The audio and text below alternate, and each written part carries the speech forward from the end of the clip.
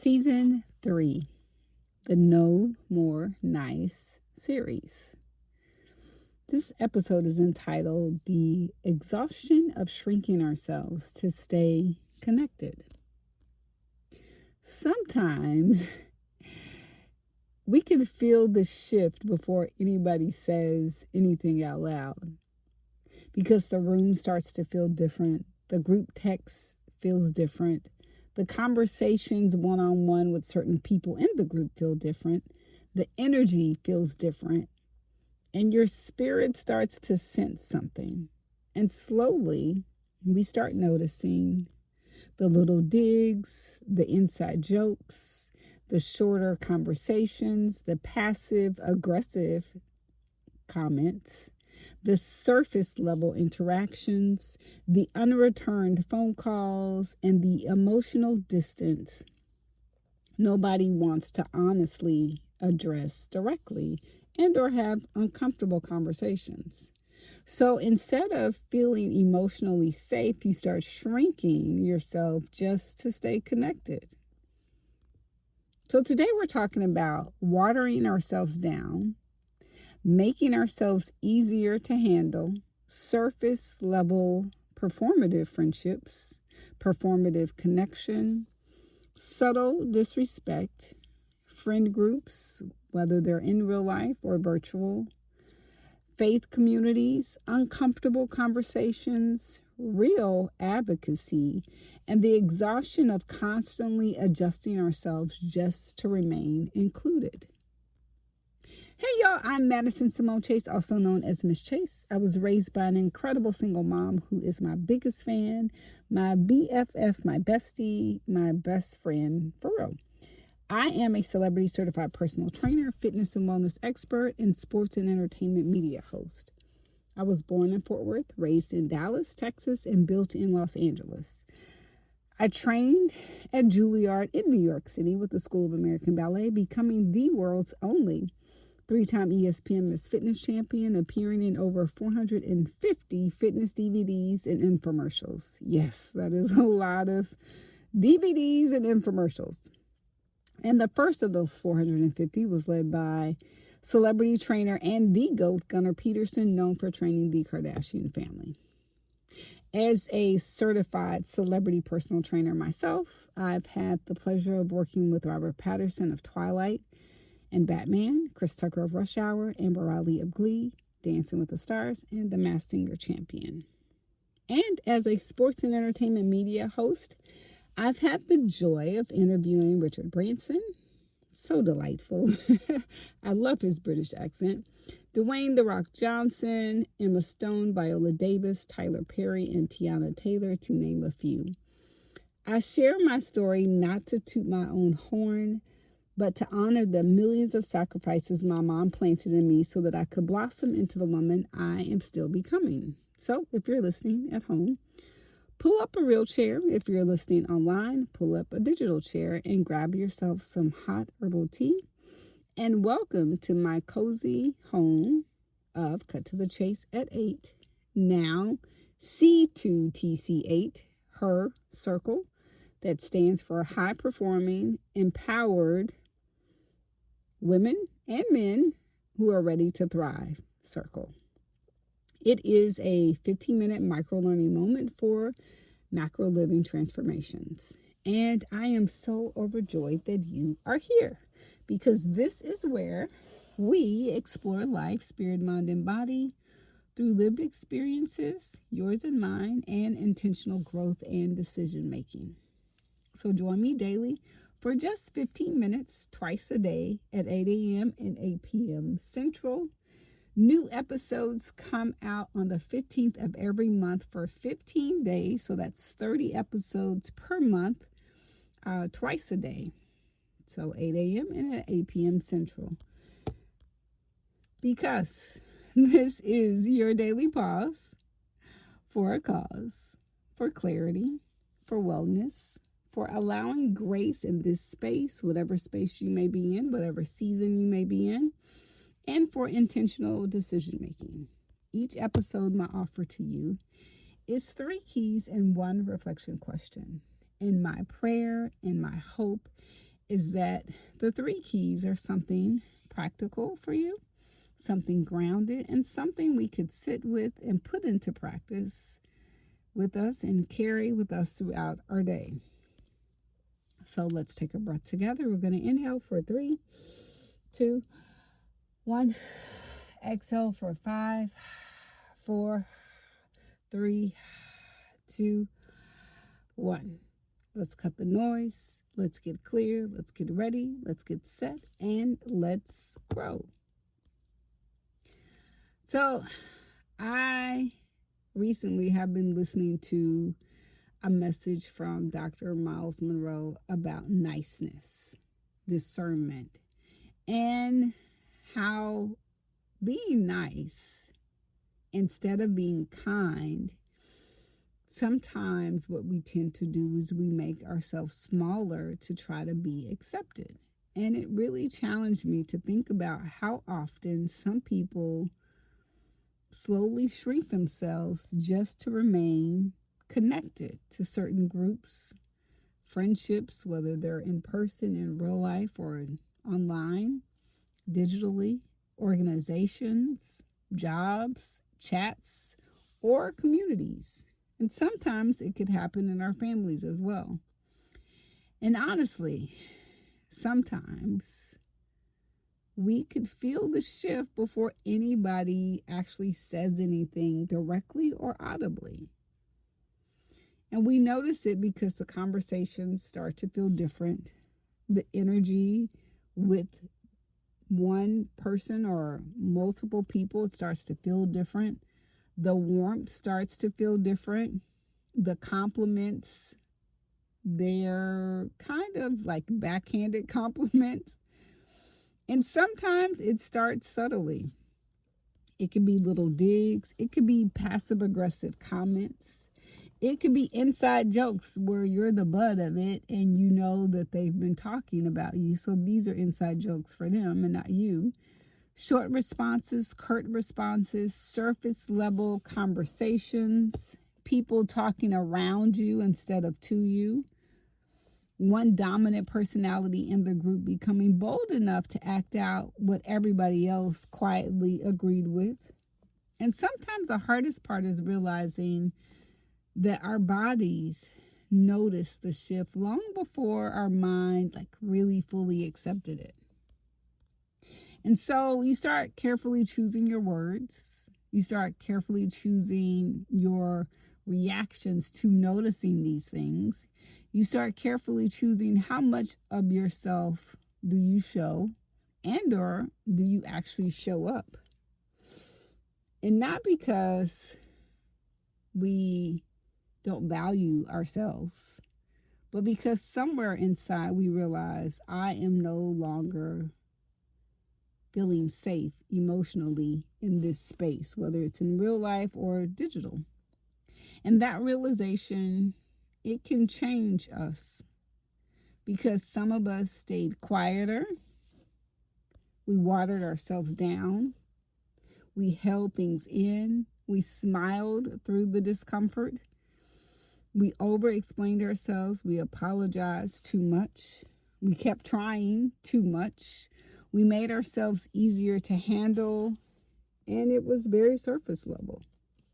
And we pretended that everything was okay, knowing deep down inside it was never okay because you noticed these shifts. You just couldn't believe people that you've known for decades and people that you recently met who said that the friendship was stronger than what it really was not what they said it was. Because somewhere along the way, we realized honesty no longer felt emotionally safe inside this space or with this group. And some people are comfortable with the version of you that asks for less, says less, challenges less, and needs less. And that part, it can sting because real friends figure it out. Real people who genuinely root for you, they ask questions. They advocate for you. They protect your name, your reputation. They return your phone calls. They address tension directly and are not threatened by your gifts and your talent and your success and the things that you've been able to accomplish, your healing, your growth, your honesty, your visibility, and your success. They don't downplay it. Healthy people who are emotionally, spiritually, and mentally healthy, they don't quietly punish you for your success. They don't quietly punish you for growing, healing, being the center of attention, being the star, being admired, or being able to have conversations with people that they are sometimes fearful of having conversations with. They don't punish you for evolving or becoming more honest or recognizing your worth and your value and all of the things that you've accomplished. And sometimes we start realizing the invitations continue, the group chats continue, the surface level interactions, they continue because people assume your niceness means you will continue tolerating subtle disrespect without addressing it. And that's the difference between being nice and being kind. Because kindness means you see yourself enough to walk away. And so they think because you are nice and supportive and helpful in sharing your resources and helping build them and helping them be better in subtle ways and are non-confrontational, that you don't notice the shift. But we notice. We notice the shorter conversations, the missing warmth, the surface level engagement, the emotional distance, the passive energy, the unreturned phone calls, and sometimes the unreturned phone calls say more than their words. And at some point, you begin realizing these may simply no longer be your people. And it's not from a place of bitterness. It's not from a place of superiority. It's not from revenge, but it's from clarity. Because real community requires honesty. Give me the uncomfortable conversations. Give me friends who say what they mean and mean what they say. Give me people who are secure with all of their history, whether you had a rough childhood, a rough high school years, middle school years, and you're still holding on to that, and you still want people to see you as the victim and feel sorry for you. Give me those people who are willing to come to terms with your past and know that your future, because you're going through a healing journey, looks better and feels better. And you want people who are not going to always tell you what you want to hear, but be truthful and invite their truth. Because I think we see so many people who get to a certain level of success and they have a community of group of people around them that are willing to all come up together and be successful together, right? Like Kevin Hart is a great example of this. Like all of the people that have worked with him from the very beginning till now, like those people have great work ethics, and Kevin was really willing to take people along with him on that journey and pay them because he valued what they brought to the table. So give me people who are willing to have difficult conversations with people, with me, instead of constantly about people. So give me people who are willing to have difficult conversations with me and with other people instead of constantly about people. Because if someone regularly shares their true feelings about other people with you, but never addresses those same feelings honestly with the actual person, eventually you realize this may simply be their pattern. And if they constantly talk around people instead of to people, there's a strong chance that they may also be speaking around you when you're not present. And some healing reasons and seasons reveal the difference between performative connection and genuine friendships.